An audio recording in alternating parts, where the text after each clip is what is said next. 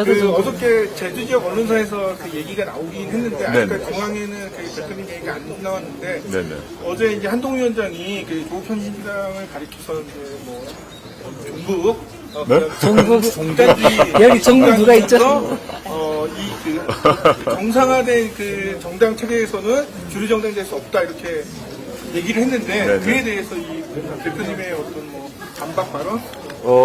한동훈 비대위원장이 이제 처음에는 한동훈 비대위원장이 조국 또는 조국혁신당에 대한 발언에 변화가 있습니다. 역사를 한번 보셔야 되는데 짧지만. 첫째는 한동훈 비대위원장은 조국혁신당은 또는 조국은 국회에 입성을 전혀 못할 거라고 말씀을 하셨던 것 같아요. 근데 그렇지 않을 것 같습니다. 그랬더니 두 번째, 지지율이 높아지니까 두 번째 또 주장을 하신 게 뭐냐면, 이제 비례대표 관련해서 승계를 못하게 하겠다라는 얘기를 하셔서 제가 2009년에 그런 법안 위원이다라고 얘기했더니 그 뒤로는 그 말 또 말씀을 안 하시는 것 같습니다. 드디어 세 번째가 나온 것 같아요. 세 번째가 뭐냐면 조국혁신당은 극단주의 정당이다. 극단주의 정당이란 건데 일단 극단주의란 말 쓰게 되면 제가 테러나 방화나 이런 걸 해야 될 것 같은데 저는 테러나 방화를 할 생각은 없고 그다음에 극단주의란 말을 갖고 있는 뭐 제가 아무리 봐도 극단주의처럼 생기진 않으신 것 같습니다.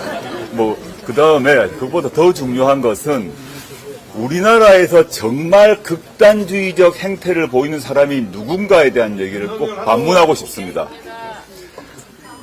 한동훈 비대위원장이 극단이란 말을 썼을 때는 법률 문제, 사법 체계를 어긴다 이런 얘기를 막 하고 있는 것 같은데 실제 우리나라 사법 체계를 왜곡해서 자신의 범죄와 비리를 처벌되지 못하도록 또 처벌받지 않으려고 하는 집단이 누구인가를 국민 여러분께 좀 반문하고 싶습니다.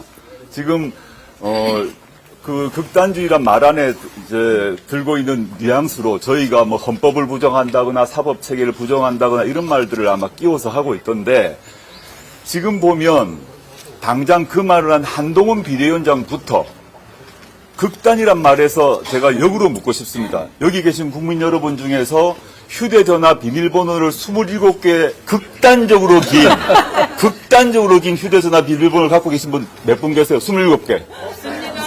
대부분 4개, 보통 한 6개 정도 합니다. 저 오늘 오지 않으셨습니다만 저희 비례후보 중에 1번이 박은정 부장검사신데, 전 부장검사신데, 그분은 윤석열 한동훈 검찰 라인에서 그분에 대해서 감찰을 했습니다. 조사를 했습니다. 그러면서 박은정 후보 보고 비밀번호 풀으라 그랬어요. 박은정 후보는 자신의 비밀번호를 윤석열 검찰에게 내줬습니다. 자기 공개했어. 떳떳하기 때문에. 근데 한동훈 비대위원장은 왜 첫 번째 27개라는 극단적으로 긴 휴대전화 비밀번호를 왜 했는지 일단 그걸 반문해 주십시오. 여기 계신 분들은. 우리 평범한 저는 비극단적인 비밀번호를 갖고 있어요. 그럼 27개의 그렇게 긴 번호를 설정한 이유는 숨기고 싶은 것이 그 휴대전화에 있기 때문입니다. 무엇을 숨기고 싶으냐? 당연히 공수처가 공모 혐의로 의심했던 손준성 검사와의 공모죠. 손준성 검사가 자신의 고발 사유 관련해서 고발장 초안을 정치권에 전달했을 때 그 하루 전날에 당시 한동훈 검사장은 60개의 사진을 손준성에게 보냅니다. 무엇을 보냈는지 27개라는 극단적 비밀번호를 걸고 풀지 않았기 때문에 한동훈 당시 검사장의 범죄 혐의를 우리를 밝힐 수가 없는 것입니다. 이것이야말로 사법체계를 훼손하고 우리나라 헌법 정신을 훼손하는 거죠. 저는 극단이란 말은 그런 거고 또 다른 극단 얘기하게 되면 한동훈 비대위원장이 보스로 모시고 있는 윤석열 대통령이야말로 극단주의자라고 저는 생각합니다. 왜 극단주의자냐? 극단이라면 통상적 진보 보수의 범위를 벗어난다는 겁니다. 우리나라 사회는 진보 보수 다 있어야 합니다. 진보도 있고 보수도 있죠. 근데 극단이라 하면 그 외곽을 그 범위를 넘어서야 되는데 단적인 예가 뭐냐? 우리 쉽게 당장 아주 가까운 예만 더 보게 되면 대통령의 핵심 참모인 시민사회 수석이 언론인에 대해서 사시미로 허벅지 쑤신다고 했습니다. 이게 극단이죠, 극단. 이거는 그냥 사태로 끝날 일이 아닙니다. 언론에 대해서 겁박을 하고 협박을 한 거거든요. 형사처벌 대상입니다. 우리나라 판례에 따르게 되면 협박을 했을 때 협박 상대자가 겁을 진짜 먹었는지 안 먹었는지는 중요하지 않다라고 우리나라 대법원 판례가 되어 있습니다. 신 후보님 맞죠? 네. 변호사시고 저는 교수니까 우리나라 협박죄 판례가 있습니다.